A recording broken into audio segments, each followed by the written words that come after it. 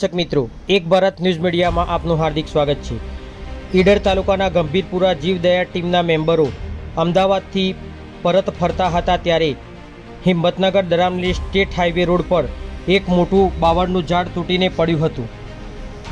પ્રાપ્ત વિગત અનુસાર ગંભીરપુરા જીવદયા ટીમના ઉપેન્દ્રસિંહ પરમાર, નરેશભાઈ, કનુભાઈ વગેરે ટીમના મેમ્બરો ગઈકાલે રાત્રે 10 વાગે અમદાવાદથી પરત ફરતા હતા ત્યારે સ્ટેટ હાઈવે દરામલી પાસે એક વિશાળ બાવળનું ઝાડ પડ્યું હતું અને આખો હાઈવે બ્લોક થઈ ગયો હતો અને ત્યાં એક આઈસર ગાડી પણ ફસાયેલી જોવા મળી હતી।